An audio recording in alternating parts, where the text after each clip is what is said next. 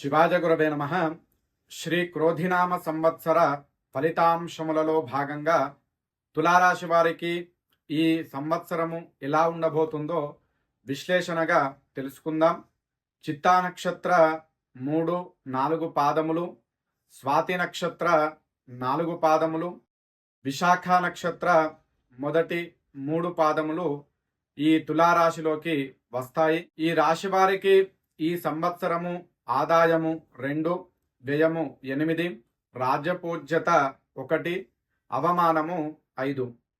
ఈ క్రోధినామ సంవత్సరం నందు తులారాశి వారికి ఈ సంవత్సరము గురువు 8వ స్థానమునందు సంచరించుట, శని 5వ స్థానమునందు సంచరించుట, రాహువు 6వ స్థానమునందు సంచరించుట, కేతువు 12వ స్థానమునందు సంచరించుట చేత ఈ సంవత్సరము ఈ తులారాశి వారికి చేపట్టిన కార్యక్రమాలు విజయవంతమైనప్పటికీ కూడా ఆర్థికపరమైనటువంటి ఫలితాలు అంతంత మాత్రంగానే ఉంటాయి.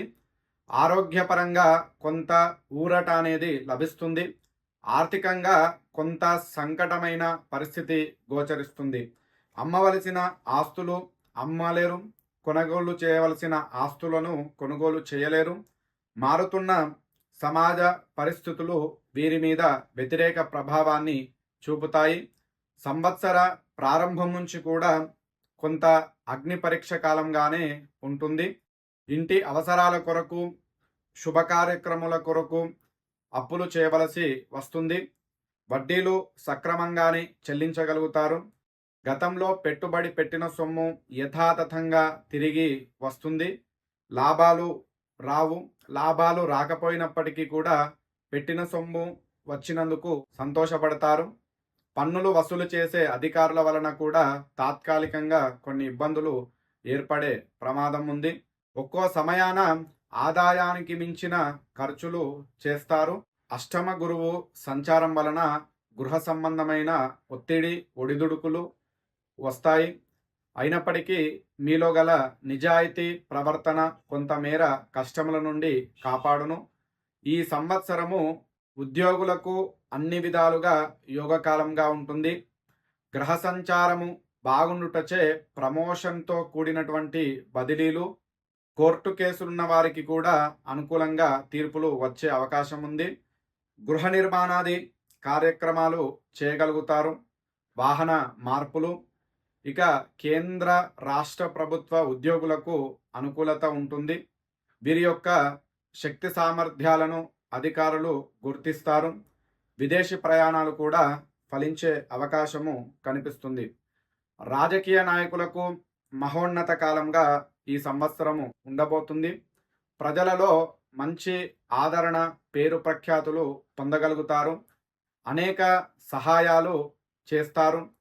పార్టీల్లోనూ హైకమాండ్లోనూ వీరికి మంచి పేరు వస్తుంది. ఎన్నికలలో పోటీ చేసినట్లయితే వీరిదే విజయంగా ఉంటుంది. శత్రువులను మీ తెలివితేటలతో, మీ ఎత్తులతో అణచివేస్తారు. అన్ని రకముల వ్యాపారస్తులకు ఈ సంవత్సరము లాభదాయకంగా ఉండబోతుంది. ఆశించిన మేర లాభాలు వస్తాయి. నూతన వ్యాపార ప్రారంభాలు చేస్తారు. హోల్సేల్ మరియు రిటైల్ వ్యాపారులకు అనుకూల కాలంగా ఉంటుంది. జాయింట్ వ్యాపారస్తులకు భాగస్వామితో సఖ్యత, మంచి లాభాలు అనేటివి వస్తాయి. ఇక రియల్ ఎస్టేట్ రంగంలోని వ్యాపారులకు అనుకూల కాలంగా ఉంటుంది. కాంట్రాక్టు పనులు చేసేవారికి కూడా లాభదాయకంగా ఉంటుంది. నూతన కాంట్రాక్టులు లభించి బిల్లులు సకాలంలో వస్తాయి. ఇక విద్యార్థులకు జ్ఞాపక శక్తి తగ్గుతుంది. చదువులపై కాకుండా ఇతర వ్యాపకముల వల్ల బోటాబోటి మార్కులతో ఉత్తీర్ణులవుతారు. వ్యవసాయదారులకు 2 పంటలు కూడా ఫలించును. పంట దిగుబడి బాగుండటంచే ఆదాయం కూడా బాగుంటుంది. గృహ నిర్మాణాలు, గృహంలో శుభ కార్యక్రమాలను జరుపుకుంటారు. కౌలు రైతులు చేసినటువంటి అప్పులను తీర్చివేస్తారు. ఇక కోళ్ల ఫారం వారికి కూడా ఈ సంవత్సరము విశేషంగా లాభించును. స్త్రీలకు ఈ సంవత్సరము గ్రహాల బలము బాగుండటం చేత శని రాహువుల బలముచే మీ మాటకు ఎదురుండదు. ఎంతటి వారైనా సరే మీ మాటకు ఎదురు చెప్పరు.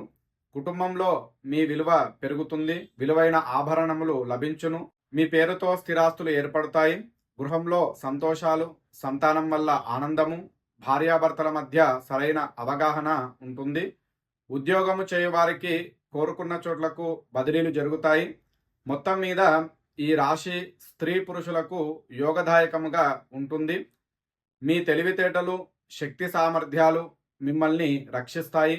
మీ ముఖ వర్చస్సు చూడగానే ఇతరులకు గౌరవము, మంచి అభిప్రాయం అనేది కలుగుతుంది. అన్ని విధాలుగా కూడా బాగుంటుంది. ఈ సంవత్సరము ఈ రాశివారు చేయవలసినటువంటి పరిహారాలు: గురుబలము లేని కారణంగా గురుగ్రహ పరిహారములు చేయించాలి. అలాగే ఈ రాశి వారిపై ఈర్ష్య, అసూయ, ద్వేషము, నరఘోష అధికంగా ఉంటుంది కావున మంగళవార, గురువార నియమాలు పాటించాలి. శివాలయంలో రుద్రాభిషేకము చేయించుకోవాలి. మాధశివరాత్రి వ్రతము, శ్రీశైల క్షేత్ర సందర్శన చేసినట్లయితే మంచిది.